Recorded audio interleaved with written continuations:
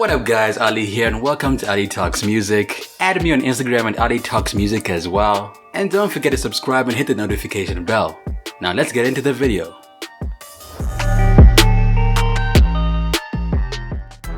The Memphis-born female rapper, songwriter, record producer, DJ, popularly known as Gangsta Boo, was once an integral component of 3 6 Mafia. Gangsta Boo was initially born as Lola Chantrell Mitchell on August 7, 1979. Gangsta Boo had a fire for music at a very tender age, and she had a very supportive father who bought into her dreams of becoming a mainstream rapper. Her first involvement with music is when she joined the Memphis-based hip-hop group 3 6 Mafia. The group consisted of 6 members, with her being the only female member of the group. She joined the group around 1995 when she was barely 14 years old through one of the group's founding members, DJ Paul. According to an interview with Vlad TV, she explained that she and DJ Paul had a very close relationship, which she refused to expand on but skipped on to say that she learned a lot from DJ Paul. I got a lot of love for Paul. Paul taught me a lot of things and I got in a lot of his ways sometimes. In later interviews, she cited DJ Paul, Juicy J and 3 6 Mafia as a significant influence on Gangsta Boo as a brand. I cannot lie, no matter what's happened, Juicy J, DJ Paul, 3 6 Mafia helped mold Gangsta Boo. Not character, but brand in a sense where I was heard so many times on songs with them. Men got so used to hearing my voice that they were eager to hear it because I was like, oh shit, y'all hear this bitch? She's snapping. She ain't talking about a bunch of girly shit. She talking about, yo, let's ride, let's pop the trunk, let's smoke a blunt, let's get this money. They can relate to shit like that. Hey girls, let me talk to you right quick, girl. I know y'all. I ain't gonna lie, I don't know how to play, but I will be playing in 6 months on you bitches just like Lil Wayne, okay? So, welcome to Music House. Oh, my name for you who don't know is Gangsta Boo, okay? I am Gangsta Boo. I am 901, I'm Memphis, I'm Lola, you know. When asked how she coped being the only female artist on the group during an interview, she said, "Fun, because I got to watch all the other girls want the guys that I'd be around every day." I was like, ugh, you want them? But then there were times when I was so tired of being around them that I needed to be around some girls. I'm over them.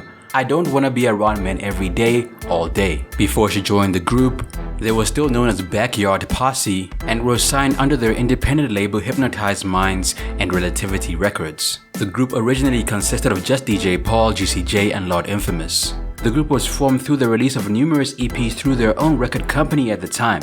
She joined in with other artists including Koopsta Nika and Crunchy Black. It was in the same year she joined with Crunchy Black, and it was still that same year the group changed its name from Backyard Posse to 3 6 Mafia. They released their debut album Mystic Styles through their independent label Prophet. Shockingly enough, the album blew past the border of Memphis. It gained widespread recognition, leading to a distribution deal with Select O Hits. The 3 6 Mafia, the devil's daughter, bitches so wild. Whatever you bitches are doing, you cannot compare to my Mystic style. This newfound popularity acted as a precursor to her limelight experience. When she was still in the group, Gangsta Boo worked on her own thing and was signed under the group's independent label Hypnotized Minds, which was in partnership with Relativity Records at the time. It was responsible for the production on her first 2 albums, Inquiring Minds and Both Worlds. Due to the widespread recognition of 3 6 Mafia, which she was a part of, she became very well known. While still in the group, she released her debut single, Where Them Dollars At.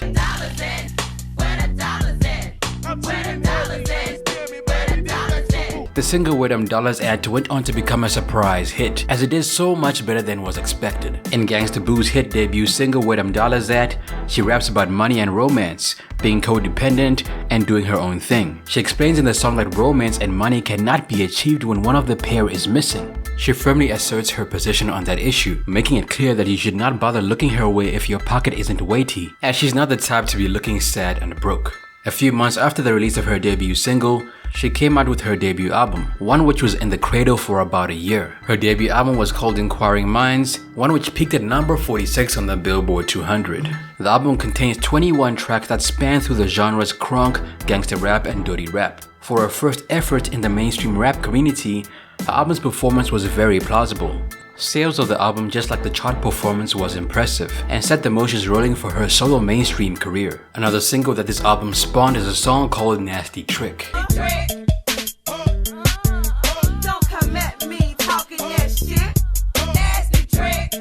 It wasn't until 3 years later when she released another album called Both Worlds 69. And this time, she was not playing around. She literally came back bigger, and it showed in the charts performance. Gangsta Boo released her second album Both Worlds 69 through Hypnotized Minds / Loud Records around 2001. The album spawned the single Mask to My Face. Ass to my fucking face, I'm fiending to increase my high. Eyeballs is like greatest, tell these bitches better recognize. DJ Paul and Juicy J again were at the helm of production, and this time Gangsta Boo kept it local by recording the album in Memphis. In contrast to her debut album, Both Worlds did much better on the charts. It peaked at number 29 on the Billboard 200 and was spotted on the 8th spot on the R&B hip-hop chart. Interestingly enough, this album had less tracks, proving that sometimes less is more. Around the year 2000, Gangsta Boo appeared on an album called 36 Mafia Presents Hypnotized Camp Posse. She featured on a dope song called We Ain't Playing. Tell me why you wanna come against the boo? I be ready to take the world coming soon. Now, after the release of her second album, Gangsta Boo left 36 Mafia, but before her exit from the group and label, she underwent a metamorphosis which led her to find God and change her stage name from Gangsta Boo to Lady Boo. She revealed how she was at her lowest at one point in her life. Although she didn't know at the time that she was depressed, she explained how she was consuming a massive load of ecstasy pills. After much research, she self-diagnosed herself as depressed, as it wasn't really a popular trend as it is now. That was like 2001. I was young, like 21. I was young, like 21 when I did that. I had been in the game since I was like 14. I was 18 when Where Them Dollars At dropped. So there was just a lot of shit going on in the music industry that I needed a break from. There was a lot of shit going on in my personal life. I was on ecstasy pills, a lot of shit. I felt like I was getting depressed.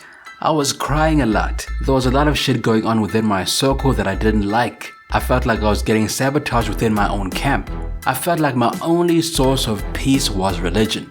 I later found out it was more spirituality. She also revealed that the book 7 Spiritual Laws of Success was the reference point of her turnaround. According to her, the book was a shift as it made her start on a spiritual road. As of around 2001, she gave her life to Christ and totally revamped her musical tone. She was no longer sounding sassy, foul-mouthed and sex-stuffed as she was on her first 2 albums. Although she was still signed to the label Hypnotized Mind, she declared that she was no longer a part of 36 Mafia during an MTV interview. I'm officially not a member of 36 Mafia right now. I'm not going to be on the new 36 Mafia album unless they've got some old songs that they've already recorded. But I'm not going to willingly participate in going to the studio and recording with 36 Mafia.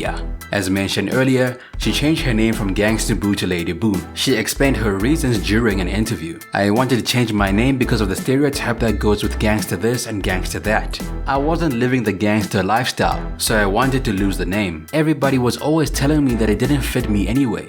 I was young, I grew up and matured. So I decided to go with Lady Boo since I say Lady Boo in my raps anyway. After she took a bow and left the group 36 Mafia due to money disputes and issues regarding the promotion of her album in 2002, it appears Gangsta Boo could not forsake the gangster in her.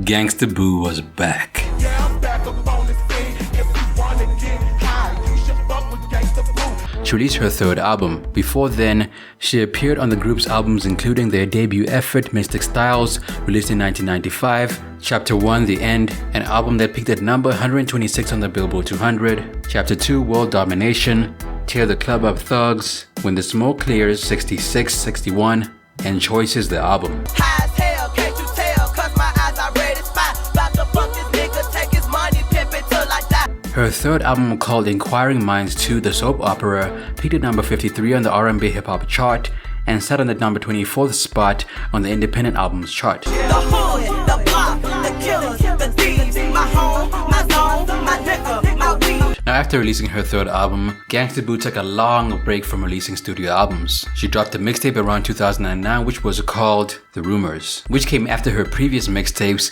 Street Ringers Volume 1 and Still Gangsta. From that time, before her collaboration with Lechat on their Witch project, she began releasing mixtapes back-to-back both independently and collaboratively. She partnered with DJ Fletch and released 2 mixtapes, Miss.com and For the Hood. She released another mixtape around 2011, one which was titled Forever Gangsta. 2 years later, we saw Gangsta Boo featuring on the 36 Mafia spin-off group's debut mixtape entitled Sixth Commandment. At the time, this group was known as the Mafia 6. Now, it seemed like Gangsta Boo had major issues with the Juicy J. In fact, around the time when 3 6 Mafia changed their name to the Mafia 6, the group released a mixtape, one which Juicy J did not promote. This angered Gangsta Boo. Anybody notice how Juicy J didn't post the tape we dropped with Paul? LOL, some folks just gonna be haters forever. Fuck Juicy. Yep, I said it. You know, I went to go support him at one of his concerts he had in Memphis. So I haven't seen him in like, I don't know, over 10 years. Like literally have not seen him since I left the group. Like I haven't seen Juicy in person since like 2001. So Juicy got there. I still didn't see him. Next thing I know, they knocking on the door. They was like, come here, Gangsta Boo. And the promoter, he was like, Juicy was like, he don't want nobody back. He don't want nothing but his family and friends backstage. And we told him he was back here and he don't want you backstage. I was like, that surprised me. Around 2014, Gangsta Boo partnered with Beat King and released a collaborative mixtape, one which is called Underground Cassette Tape Mixtape. She also did other mixtapes which include It's a Game Involved in 2003, Memphis Queen is Black around 2007, and Candy Diamonds and Pills in the year 2015. Now as far as beef goes, Gangsta Boo doesn't have beef with a lot of female artists because she sees music as fun and not a competitive sport. While answering a question on how she views competition, she explained, I don't care about anything unless it's my immediate family, my money, and my boyfriend at the time. I just look at this music shit as just fun. Female rappers aren't my competition for me because there ain't a lot of them out there that's worthy of it. Nicki Minaj might be the only one, and we are so different that I don't even look at her as competition because I can eat her up in some areas, and she can eat me up in some areas. That's just truth be told. I know how to ride the fuck out of a southern beat because I'm a southern rapper. Nicki knows how to do her fucking thing. Everybody is different. I don't view it as a competitive sport. I'd rather compete against these dudes. I don't really watch these bitches. Now this is what she said back then. 3 6 Mafia did have beef with other rappers. However, we later got to find out that she had a beef with Juicy J. Gangsta Boo is still actively involved in the music industry till date and is still making music and touring. Her last known studio album came out around 2014, one she created with La Chat. Smoking like a motherfucker and I'm going crazy. Riding with white with a bitch with no baby. She also partnered with La Chat on a single titled Bitchy.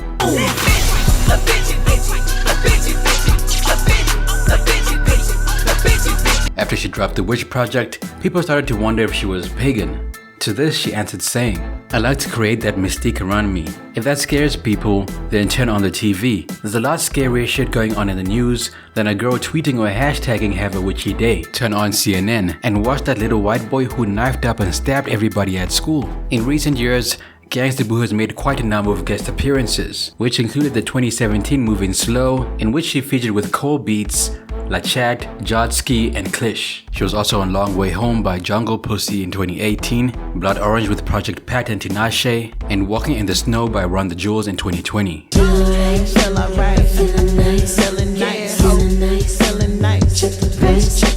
As of 2021, according to Forbes, IMDb and other sources, Gangsta Boo has an estimated net worth of $2 million.